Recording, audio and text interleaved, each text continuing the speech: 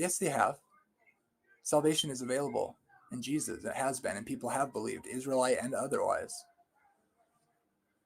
Don't go thinking you're going to say Jesus didn't confirm the new covenant now, in case you're tempted to. Say Jesus didn't establish everlasting righteousness for all who believe, including to do first. Don't go there, please. Some people do go there. Nevertheless, I will remember, this is Ezekiel 16, nevertheless, I will remember my covenant, the ones promised to Abraham, with thee in the days of thy youth, and I will establish unto thee an everlasting covenant. Did Jesus establish an everlasting covenant or not?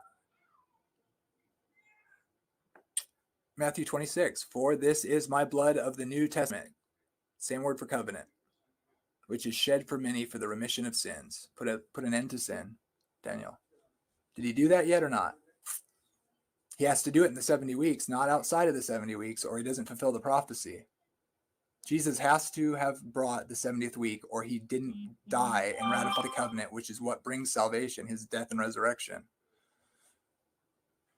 If he does it out, he can't accomplish Daniel 9:24 if he doesn't do it within the 70 weeks. And if you put a gap that doesn't belong in there, you put him outside the 70 weeks. After the 69th and before the 70th has started is outside of the 70 weeks, which are allotted to accomplish the things listed in Daniel 9:4. So that alone is another defeating argument. Just totally right off the bat, right there. You rob Jesus of fulfilling Daniel 9:24, you don't have a Messiah. Period.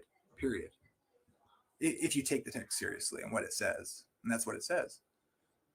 You don't take the text seriously, standing for truth, if you don't pay attention to verse 25 that says, know and understand from the going forth of the decree until Messiah the Prince. You take that for granted. You haven't presented a proper decree date or arguments for it. The New Testament says they were in anticipation. They thought John the Baptist was Messiah. The New Testament starts out the Gospels describing Jesus as Messiah because the people were in expectation. And that's how every single one starts, right at his ministry starting there. Not all of them, but I think Luke does and Mark and John does somewhat. It starts right there. It is talking about him being the Messiah. The Spirit, the water, and the blood are witnesses in the earth. What does that mean? It means Jesus is Messiah because at his baptism was right at the right appointed time at the beginning of the 70th week. At baptism, where God spoke from heaven, the Holy Spirit anointed and descended on him, and he was baptized, which he tells John, do this thing to fulfill all righteousness. Another partially related to Daniel 9:24 that they were doing. They were showing who he was. That's why God spoke from heaven. That's why it's a major event with the whole Trinity there at his baptism. The most holy was anointed right there by the Holy Spirit. And then he went and he read the Isaiah scroll, declared himself Messiah. Today this has been fulfilled. And then he went about